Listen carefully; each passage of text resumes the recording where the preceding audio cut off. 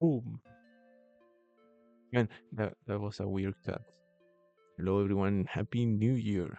Welcome to another casual conversation with me, your friend Carlz. Now, to what's the saying? Like, to talk about, the elephant in the room. Yes, I don't have my regular equipment. I have my optional equipment, which is not as good, even though this is supposed to be like a good brand microphone. But, anyways, I guess that sort of goes to the point of being anti-technology or however you want to call it. But anyways, I hope everyone had good holidays in general, like broadly speaking. I'm back to talking about movies, and as you know, the only show that takes whatever I say in Spanish and try to put it in English with mixed to good results. Now, today, this week, I'm talking about one of my favorite movies of all time, or favorite franchise of all time. I'm talking about the individual that's half man, half machine, but he's all cop. Of course, I'm talking about RoboCop. But this is no like innocent exploration of our dear Alex Murphy. This is kind of like an answer to a challenge that I've been getting since forever. I I don't remember the exact first time I watched RoboCop, but it's probably I was like probably something like definitely way beyond the suggested age for that movie. For those of you who haven't seen RoboCop, that's some violent ass movie, especially RoboCop 1 in the level of explicitness and that, that's something that you can say, right? Level of explicitness or whatever. It's quite a violent movie. But as the years go by, the main sort of question that keeps popping up when you talk about RoboCop, especially nowadays, is whether the movie is pro pop or whether its portrayal of cops is good or flattering instead of critical. Now, this is kind of like a key reflection for RoboCop, especially for RoboCop 1. I'm going to be talking about all three of them. Not necessarily like in order or anything. I'm just going to quote all of them to talk about the franchise in general. So, this is a tricky thing for RoboCop because it has so many factors involved into making this assessment of the movie appropriate or not. My contention in this case is that basically we can't really judge RoboCop by this not newfound, but like these now prominent standards.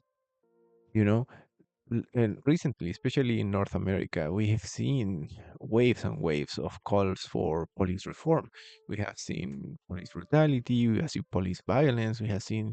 So the phrase "all cops are bastards" have been in our lingo for the longest time now, like the past what 5 6 years. And of course, the regular not you don't even need to be an expert, but like a regular average person assessment on whether this is true or whether how can we fix it is something that is more than common now, like with the internet, with the interconnection of communication. That sounds like a rap. um with everything implied in it, it's kind of hard not to have an opinion. And even more so than that, it's not only not hard to have an opinion, but it's hard not to have the level of awareness to how layered and complex this issue is. We can see it from the side of like the what do they call it, like the 5 4, I don't know how many D's for police reform they have, like demilitarization, defund, de-escalation. There are like a bunch of kind of like, I mean, if you are pro police reform, which you should, whoops, quote unquote, um you've heard of all of this and it all makes so much sense. Like, the cops shouldn't have so many weapons. Like, we shouldn't spend so much money on cops. We should spend it on reforms and rehab. Um, they should be trained to de-escalate right? The escalate, yeah. You shouldn't be pointing your gun to someone just smoking weed. All of these things make so much sense. Now we're talking what 50? Wait, Robocop is like 88, 89 or something. We're talking more than 20, more than 30 years, let's just say it, of this movie. And when you're challenged to look back at Robocop, this is what I found out, or this is what I've ended up believing.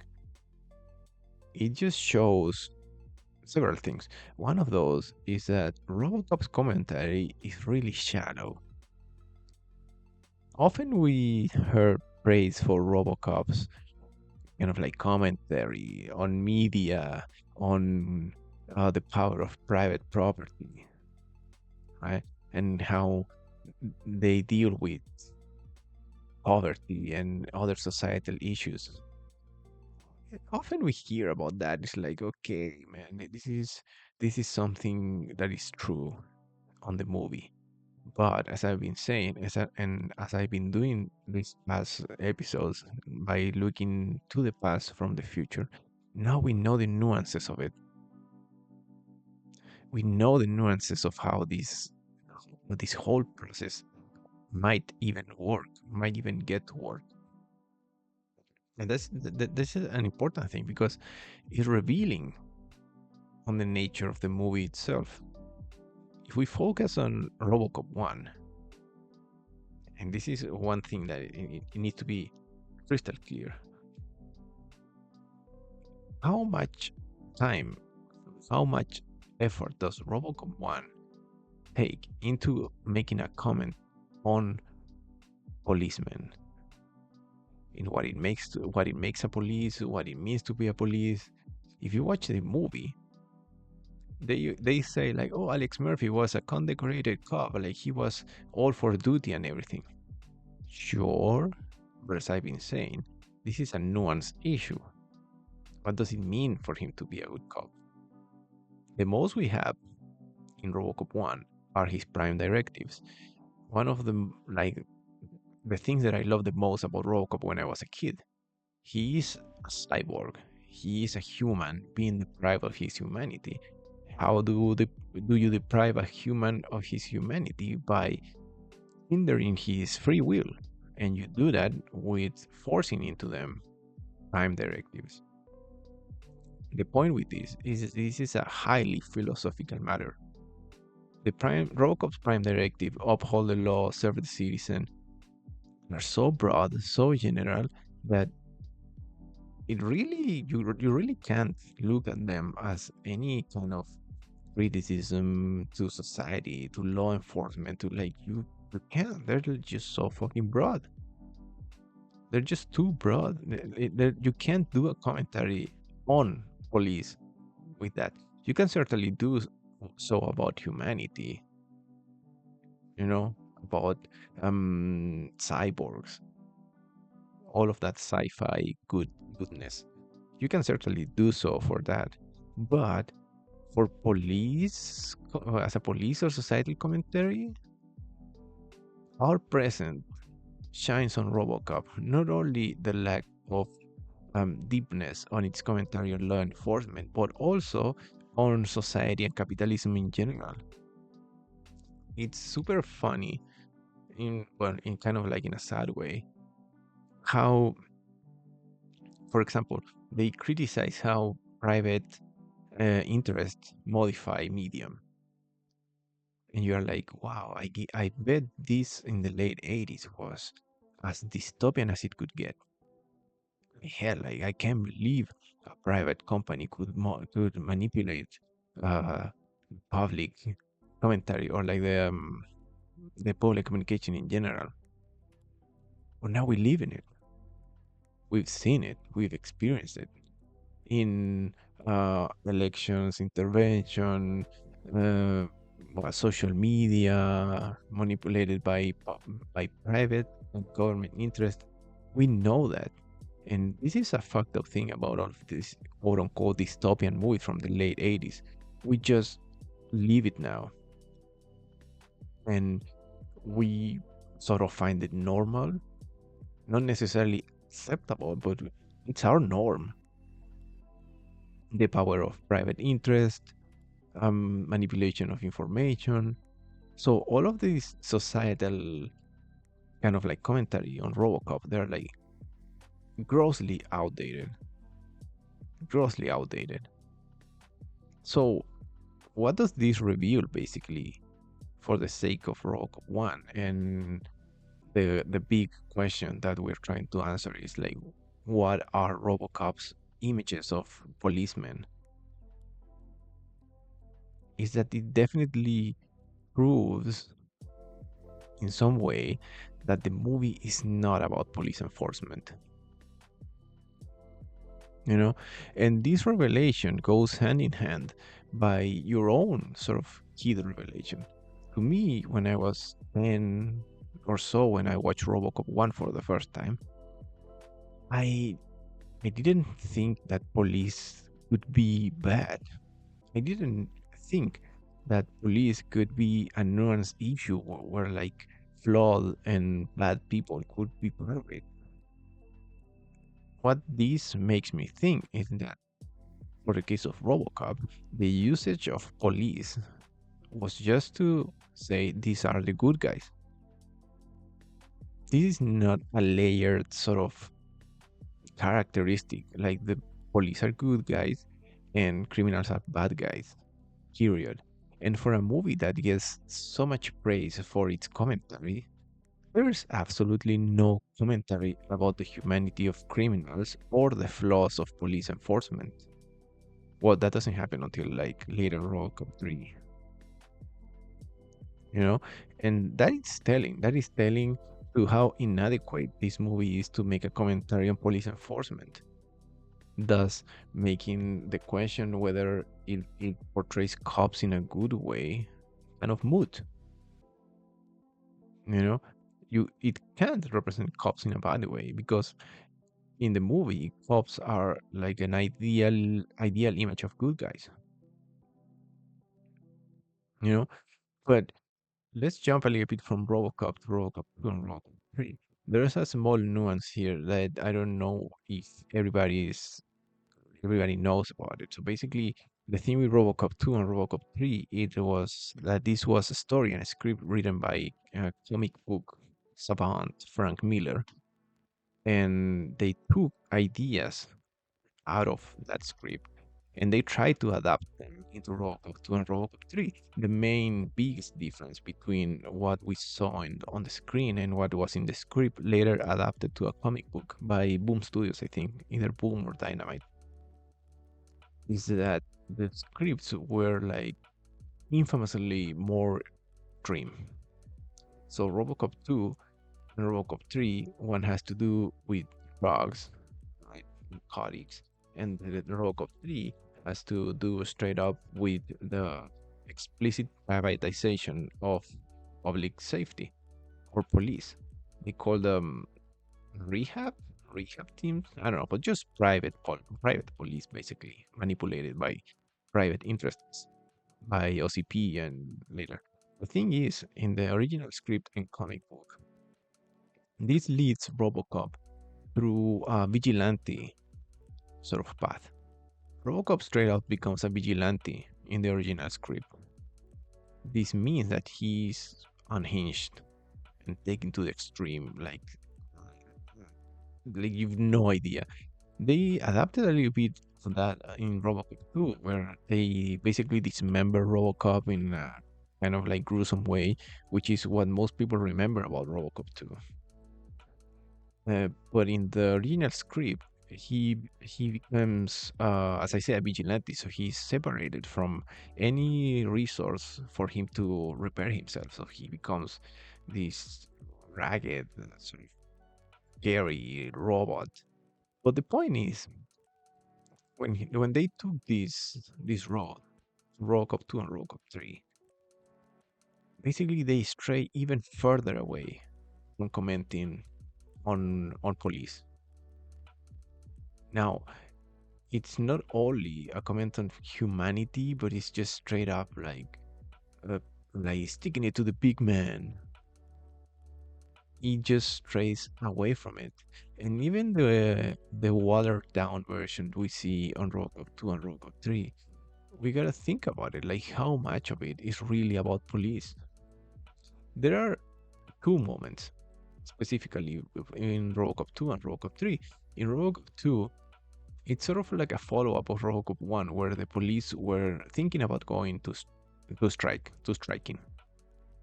Police were going to strike because basically they were being bought by OCP and they were like being underpaid, manipulated.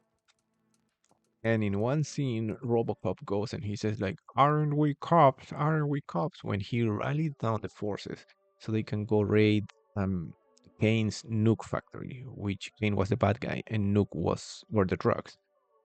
So they all rally together and they get this sort of, I don't know how you call it, like rush of, it's not patriotism, like dedication, that like the spirit of the law, and they all band together and they go and raid Kane's laboratory.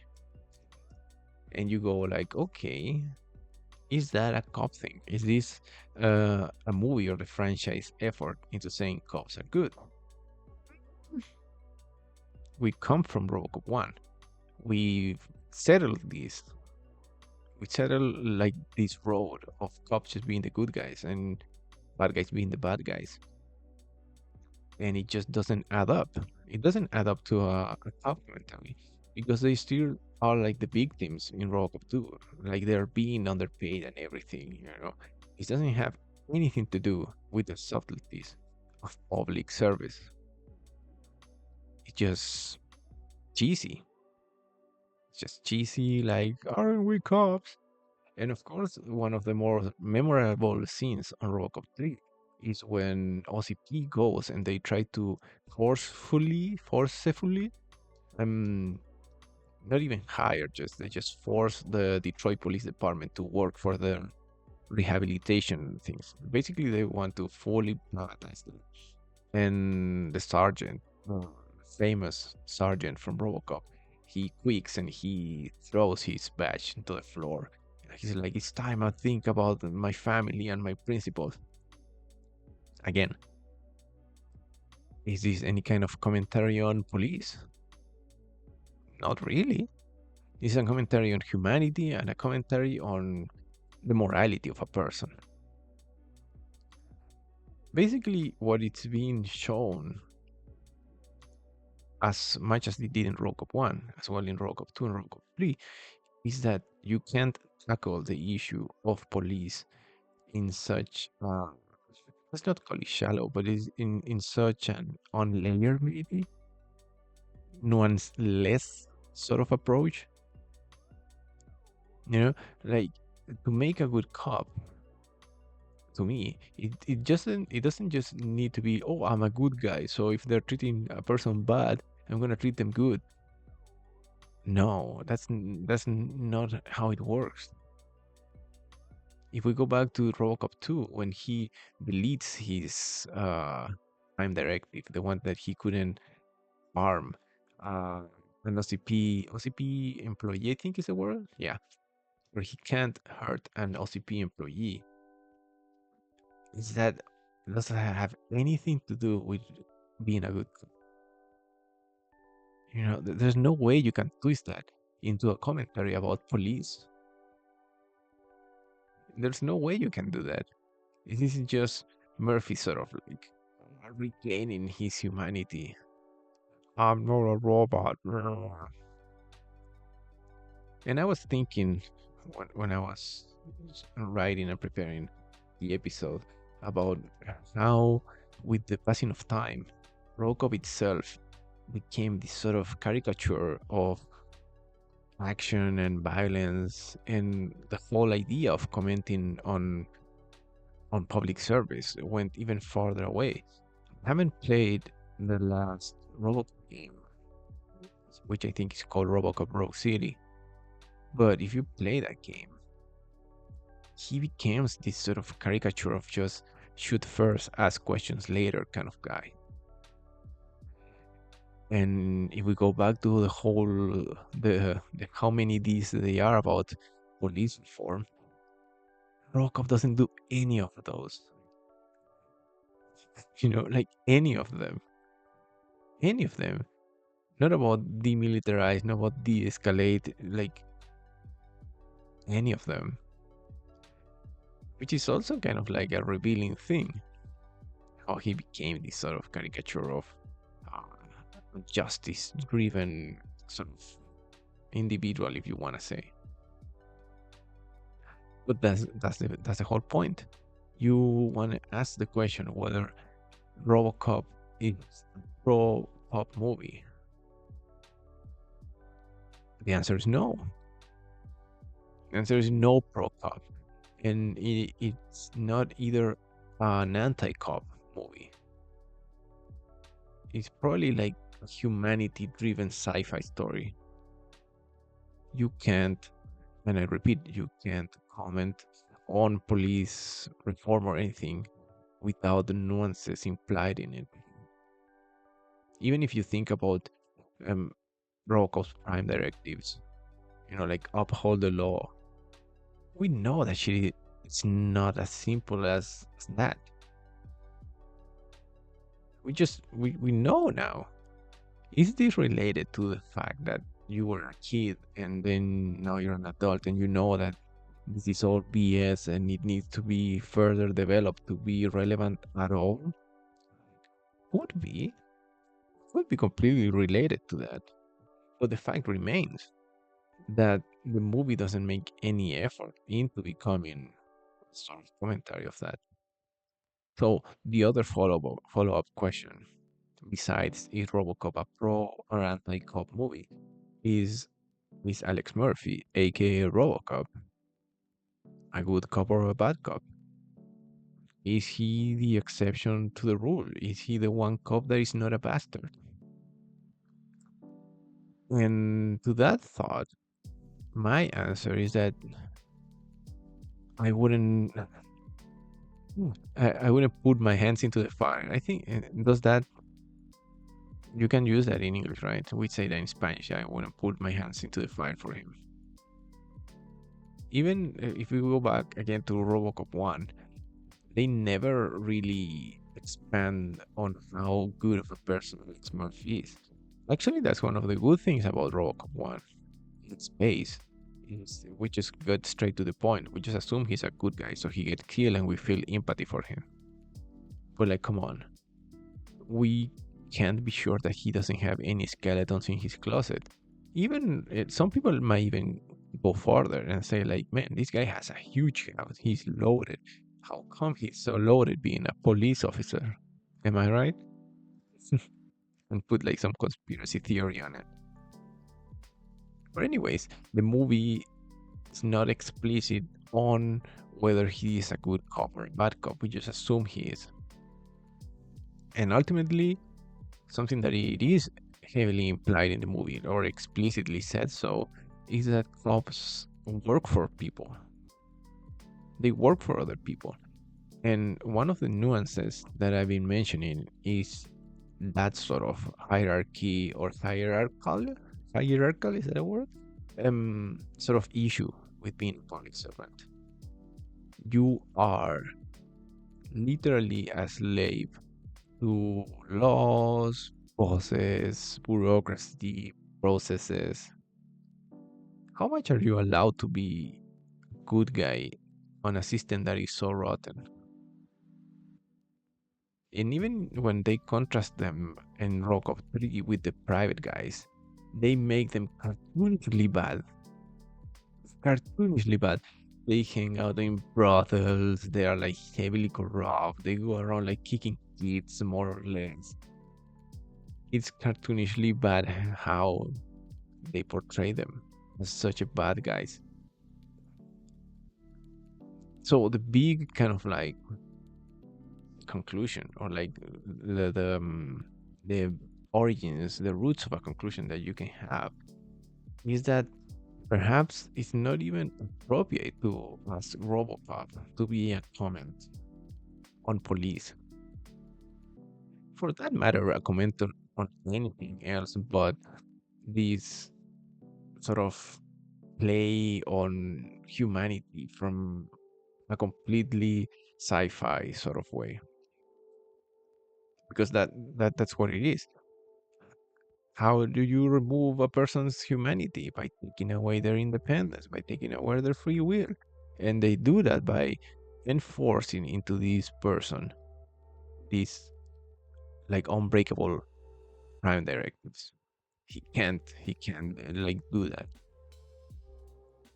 But if you think that that shit is so cartoonish,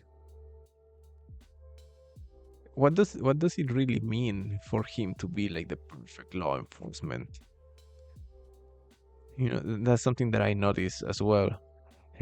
When they say he's the perfect law enforcement officer, police, whatever, do they focus on his humanity, his capacity to deal with a case, his capacity to adapt, the proper use of force? No.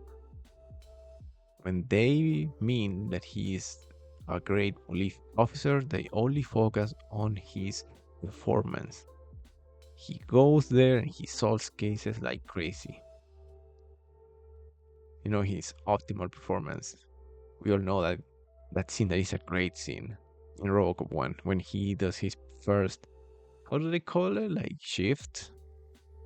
He gets into the car and then he goes and he solves like 5 crimes, directly beamed directly into his brain, like, oh, something is happening in this street, like, RoboCop, we need you. And he goes and he shoots. Of course, he shoots first, punches first.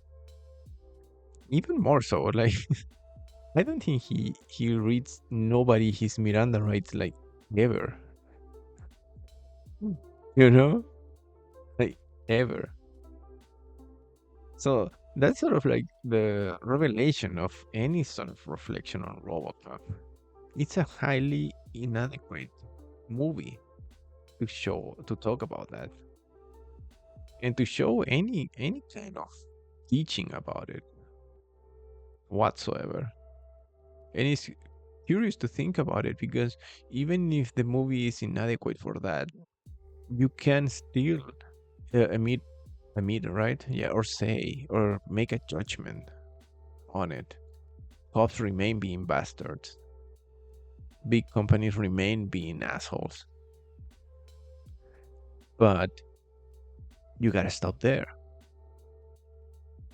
You gotta stop there. Because the movie's not gonna give you anything else.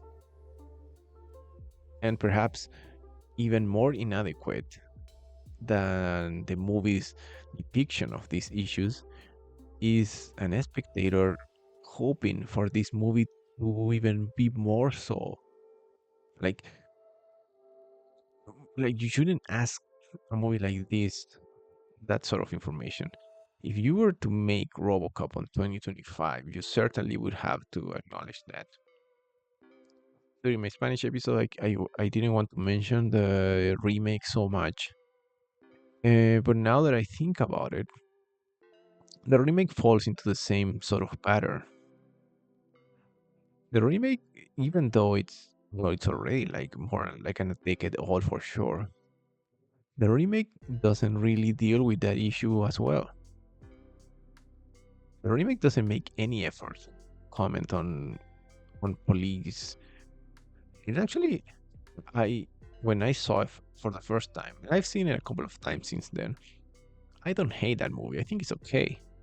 But if you put it under this microscope of police commentary and comments on humanity and everything, on the role of media, sort of cartoonishly 80-ish for a movie that it's made at least 10 years. This no, perhaps it's 20 years. This movie should be 2010 or something. For a movie that is a remake and it happens so much later, the fact that it takes the same issues and does them in almost the same manner as the end of the 80s is pathetic. There's no more nuanced police commentary. The control of the media is the same, just with holograms. Private property, like, it's all the same shit. It's all the same shit. And that goes to prove that not only, as I said before, you can't ask Robocop of this stuff because it needs to give it to you in a more developed way.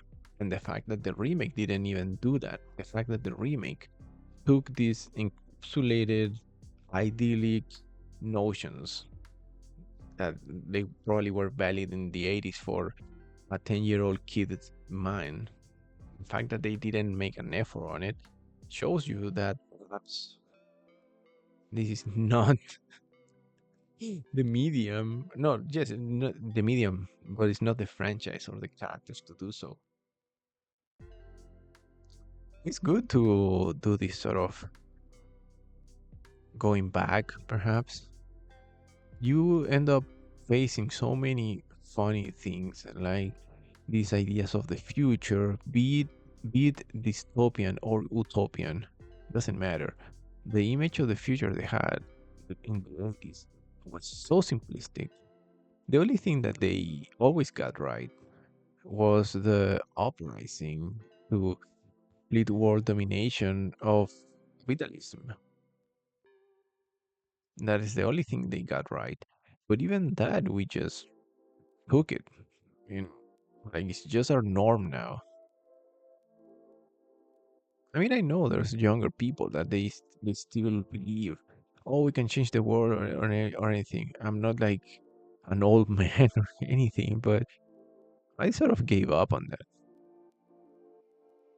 I I did. I don't want to get all emo on it, but I just got tired of it. Just got tired of like fighting the unwinnable fight. And how can you win it with media that doesn't make the right questions or portray the issues appropriately? Perhaps many of these 80s sci-fi movies they just need to remain time capsules, time capsules of a period of time during our shared human history where we thought things to be simpler. Cows were good, criminals were bad, companies were like menace that we could still stop by by going out to the streets, you know? And yeah, I don't wanna end up on a sad note, but that is just the truth. That's just the truth. Does it just mean that you shouldn't enjoy RoboCop or like you should feel guilty for rooting for a cop or anything? I don't think so. I think you gotta do like the sensible way. It's just to give it its due and put it in this place, in the place of a time capsule, sci-fi, um, human cyborg sort of story, like robotic laws and all of that shit. Because it's completely inappropriate to ask more of it. You're gonna run into a wall. So whenever somebody asks you like, "Oh, you're pro cop," or like, "All cops are bastards, including RoboCop," you just go yes. Just go yes. Everything you say is true. But now, let's enjoy this kick-ass movie. And if you're incapable of seeing RoboCop without losing this big weight of police reform and the duties of public servants, you can try to focus on the philosophical aspects of sci-fi, humanity, robotic laws. You can try to do that, or you can just enjoy the action. I'm not gonna end up this by just saying that RoboCop is a shallow movie. I'm not gonna end up by saying that it's like inappropriate. I'm not gonna end up saying that it's pro cop. No, I'm just gonna say that this is not the movie, the context, or the message. Like to ask out of it. Like it just doesn't work. It just doesn't work. Is it sad? I don't know. I don't know. But if we're gonna look for reforms in 80s shooting robot movies, wait, I don't want to say that's bad. Have you watched Gundam? Well, not that the Japanese learned too much about being pacifist from fucking Gundam as well, right? But anyways, that's RoboCop. Remains a great franchise. Remains one of my favorite movies, and I won't ask of it any more than what is given me. Does this mean it's a bad movie? It's not, because the direction is great, the effects are awesome. It's not. Sad that it deals with a subject that really, really, really needs to change for the better and for all of us. But as I said, time capsule. Stay in the 80s, man. Stay. No, no, fuck the 80s, man. Fuck the 80s. Things were worse. They were. But, anyways, have yourself a great beginning of the year. Um, we'll just keep watching movies and trying to, like with a tangerine, an orange, a lemon. Uh, what is a grapefruit? Like we squeeze the thoughts, the feelings, and the ideas out of this beautiful medium that we call movies. So until next time, keep eating the orange,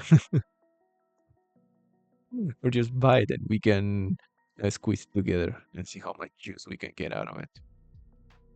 Thank you so much for listening. Thank you for your cooperation. Bye bye.